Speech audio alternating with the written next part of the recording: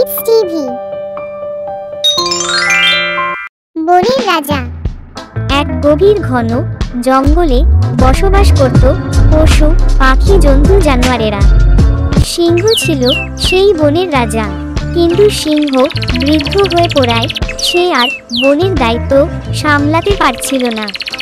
একদিন সে ঘোষণা করল যে, প্রিয় বনবাসী, আজ আমি ঘোষণা করছি যে আমার শরীরে আর আগের মতো শক্তি নেই। বনের রক্ষা আর নেতৃত্ব দেওয়ার জন্য আমাদের একজন নতুন রাজা দরকার। আগামী 3 দিনে তোমরা নিজেরা আলোচনা করে সিদ্ধান্ত নাও। যিনি বনের সবার মঙ্গল করবে তাকেই রাজা হিসেবে নির্বাচন করা হবে।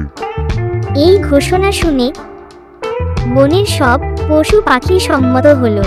নতুন রাজা নির্বাচনের প্রতিযোগিতা শুরু হয়ে যায়। সবাই চেয়েছিল তাদের প্রতিনিধি রাজা হোক। পরের দিন এক বিশাল সভার আয়োজন করা হলো। বনের বড় গাছের নিচে সবাই জড়ো হলো।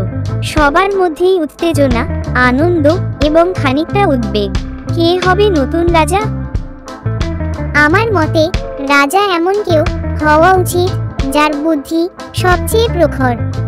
শক্তি থাকলেই চলবে না, রাজাকে সিদ্ধান্ত নিতে হবে বুদ্ধিমত্তার সঙ্গে। তোমার কথা ঠিক কুশল, তবে শক্তি ছাড়া রাজা হলে কি শত্রুদের সাথে মোকাবিলা করা সম্ভব? আমি তো মনে করি আমাকে রাজা বানানো উচিত। আমার শক্তি আর গায়ের জোর দিয়ে আমি সবাইকে রক্ষা করতে পারবো। আরে শুধু শক্তি দিয়ে কি হবে গজরাজ? রাজাকে হতে হবে চালাক ও দ্রুত। আর আনন্দ ছাড়া বন কি জমে? আমি আদর্শ রাজা, আমি সবাইকে সুখে রাখব। তোমাদের কারো কথাই ঠিক নয়। রাজা হতে হলে পরিকল্পনা করার ক্ষমতা থাকতে হবে। সব সমস্যার সমাধান করতে হবে মাথা ঠান্ডা রেখে। আমি সেটা পারবো। সুন্দর বন, সুন্দর রাজা, আমি একমাত্র যোগ্য। আমার সৌন্দর্য সবাইকে মুগ্ধ করবে। সবাই নিজের নিজের কথা বলছো, কিন্তু রাজা হতে হলে ধৈর্য থাকতে হবে। তাড়াহুড়ো বা অহংকার করে কিছু হয় না। ধীরে ধীরে সবার ভালো মন্দ বিচার করে কাজ করতে হবে। 3 দিন পর আবার সকলেই একসঙ্গে সেই সভাতেই উপস্থিত হয়। তোমরা সবাই তোমাদের মতো করে আলোচনা করেছো। এবার তোমাদের দক্ষতার প্রমাণ দিতে হবে। আমি 3টি পরীক্ষা দেব। যে এই পরীক্ষাগুলোতে সফল হবে সেই হবে রাজা। তোমাদের প্রথমে পরীক্ষা দিতে হবে দ্রুততার পরীক্ষা। বনের সবচেয়ে দুর্গম পথে একটি ফল রাখা আছে। এখন শর্ত হলো ফলটির কাছে যে প্রথম পৌঁছাবে সেই পরীক্ষায় সফল।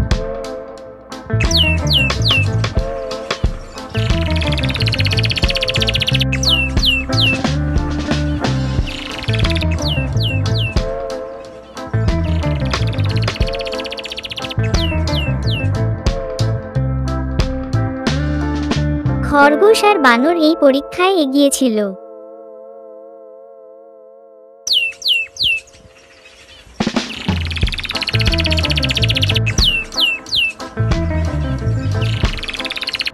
দেখেছো, আমি তো বলেছিলাম আমার চেয়ে দ্রুত আর কেউ হতে পারে না। আমি বানর হয়ে ছোটখাটো পথ দিয়ে আমি লাফিয়ে লাফিয়ে আসতে পেরেছি। আমিও কম না। তোমরা সবাই শান্ত হও, এবার হবে শক্তির পরীক্ষা। একটি ভারী পাথর ঠেলে দূরে নিয়ে যাওয়ার চ্যালেঞ্জ দেওয়া হলো সকলকে।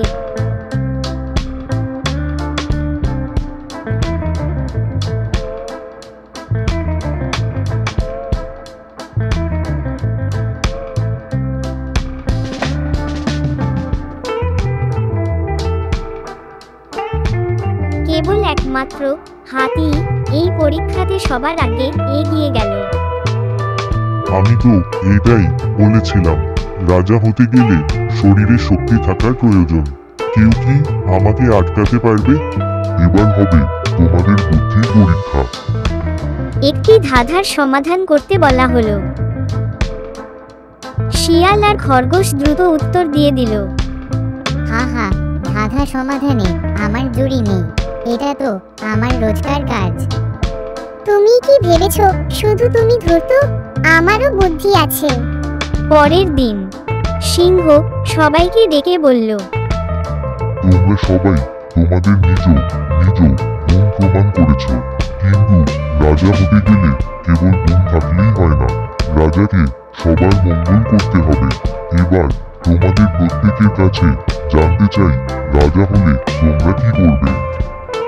আমি শক্তি দিয়ে বনের সুরক্ষা করব, কোনো শত্রু যেন বনে ঢুকতে না পারে। আমি আমার বুদ্ধি দিয়ে বনের প্রত্যেকটা সমস্যার সমাধান করব। আমি সবাইকে খুশি রাখব, কেউ যেন দুঃখী না হয়। আমি বনের শৃঙ্খলা রক্ষা করব, পরিকল্পনা ছাড়া কোনো কাজ হতে দেব না। আমার সৌন্দর্য দিয়ে বনকে আরো আকর্ষণীয় করব, সবাই আমাদের গর্ব করবে।